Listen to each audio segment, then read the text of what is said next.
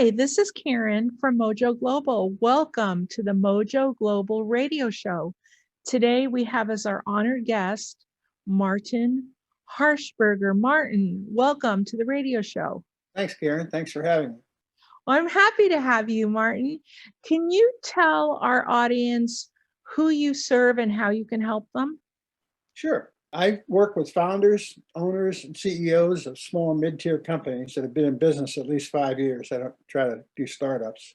And what I do is I help them clarify their vision and build predictability and repeatability into their companies and their organizations. Martin, we were talking earlier before the radio show interview. We were talking about how a lot of people sometimes try to solve a symptom in their business, but you go in and you look for what the root cause is. Can you speak to that? Sure. As I said, I've been doing this 17 years as a consultant or coach or whatever you want to call me. I'm kind of a retired guy anyway, so I like to stay active. Typically, when you go into a business, they'll focus on a symptom of a problem, whether it's a quality issue or a sales issue, whatever it is, and they'll try to address that with a one-off program. If I have sales problems, I'll bring in a sales training team and they'll train sales. Well, typically, when you dig into that, there's interdepartmental dependencies that are behind that problem. It's not strictly a sales issue. It may be you have a poor quality problem. Maybe it's late shipments. Maybe it's pricing. There's a lot of things that can affect sales. Your marketing message, you're not clarifying your message. People don't know what you do. I've run into all this.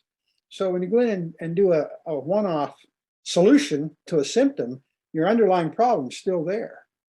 And as I said earlier to you when we were talking, 85% of change initiatives like leadership development or quality efforts or whatever you want to call it fail to gain traction. And they do that because they don't consider the whole organization when they do it. It's not that the programs are bad or the coaches are bad. Leadership, there's some great leadership training out there.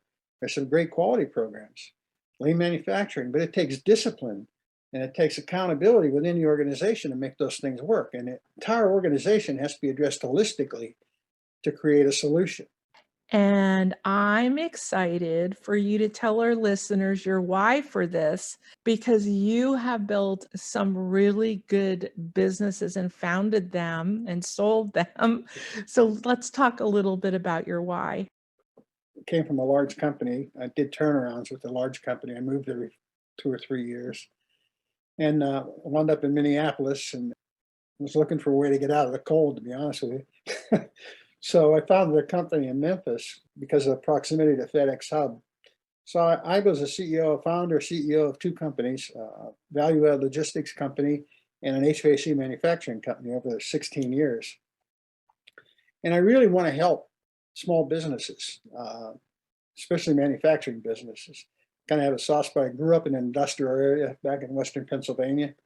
It's tough to run a business today. There's a lot of things out of your direct control. What folks have to realize, you can't worry about the things that are out of your direct control. You have to worry about the things that are in your control and manage them as best you can. And that's kind of what I try to do, is focus their vision and say, look, I can't handle this, but these are the things I can impact that may have less of a factor. Like, let's say interest rates go up.